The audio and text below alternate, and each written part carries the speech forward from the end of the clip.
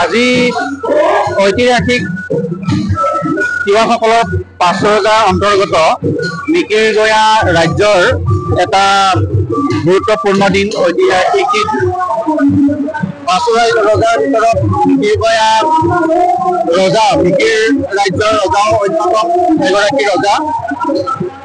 কিন্তু কালক্ৰমত বৈষ্ণৱ ধৰ্মৰ প্ৰভাৱত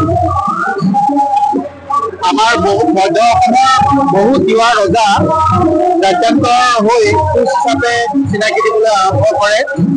গতিকে অন্যান্য পাৰিষদবৰ্গ, সেনাপতিকে ধৰি অন্যান্য পাৰিষদবৰ্গ বা অন্যান্য প্ৰজাসকলৰ লগত এই ৰজাঘৰীয়াৰ সম্পৰ্কটো লাহে লাহে বিচ্ছিন্ন হৈ যায়।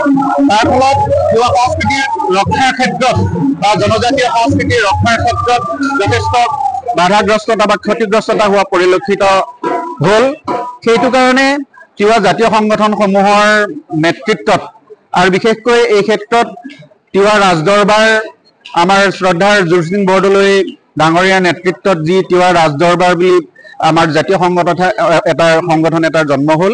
এই জাতীয় সংগঠনটোৱে আমাৰ এই য'ত য'ত যাত্ৰান্তৰ হৈ আমাৰ প্ৰজাৰ লগত বিচ্ছিন্ন হৈছে আমাৰ তিৱা বা জনজাতীয় ৰাজ্য, মিকিৰ ৰাজ্য বা তিৱা ৰাজ্য, সেই ৰাজ্যৰ প্ৰজাসকলক লগ ধৰি, বিষয়াসকলক লগ ধৰি পুনৰ মানে তিৱা জাতীয় আন্দোলন এটা গঢ়ি তুলিছে। আৰু ইয়াতো সেই বিচ্ছিন্ন হোৱা ৰাজকীয় পৰম্পৰা যি নাইকিয়া হৈছিলে, বাধাগ্ৰস্ত হৈছিলে, আজি ইয়াত যি ডেকা ৰজা, সেই ডেকা ৰজাকে ৰজা হিচাপে পাতি লৈ ৰাজদৰবাৰৰ অন্তৰ্ভুক্ত কৰিছে। আজি ইয়াত যিজন ৰজাক ডেকা ৰজা হিচাপে বৰণ কৰিছে তেখেত হৈছে মণ্টু ডেকা ৰজা।